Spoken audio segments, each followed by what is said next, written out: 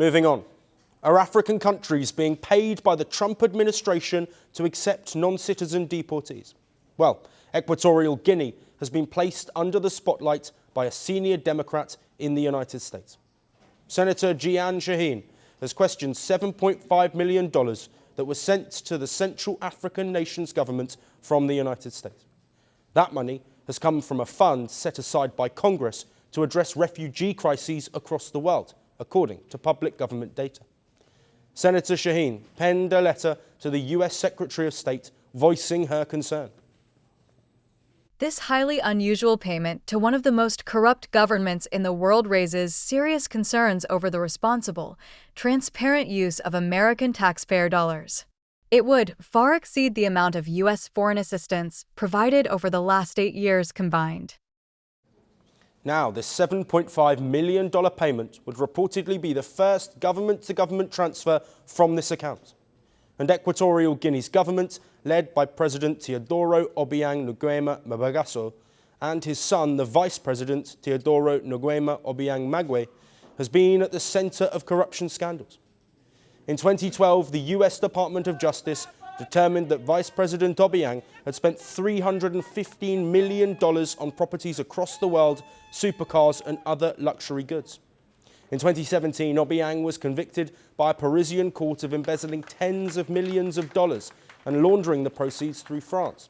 Now, in September this year, the US Deputy Secretary of State met with the Vice President on the sidelines of the UN General Assembly.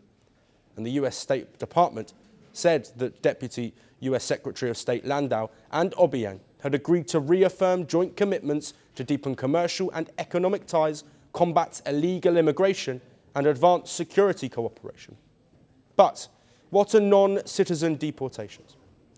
Well, US President Donald Trump has made cracking down on illegal migrants a key pillar of his second term, though deporting those migrants has posed a challenge to the US administration. So rather than deporting all of these migrants to their home countries, the US has struck deals with several nations to accept non-citizen or third nation deportees. And several African countries have accepted deportees from America. Since July, the governments of South Sudan and Eswatini have accepted third nation deportations. In August, Rwanda received their first wave of deportees from the United States. Since September, Ghana has accepted dozens of non-citizen deportees from the US. A deal has also been struck between Uganda and the US.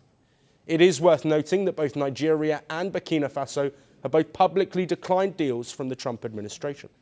But controversy has surrounded these deportations to African countries. Human rights monitors have accused nations of housing deportees in inhumane conditions. Meanwhile, fears over human trafficking and human rights abuses have also been raised, while accusations have been tabled that some individuals are being deported again within Africa, but still not to their home country. Africa's role in Donald Trump's anti-immigration policy has been growing in recent months. The deals and outcome for immigrants is firmly under the microscope, not just in Africa, but in the US now as well. Want the facts? The latest developments? News that gets straight to the point. Well, we've got all three just for you. This is Firstpost Live, a brand new show, your window into what really matters. Don't miss it.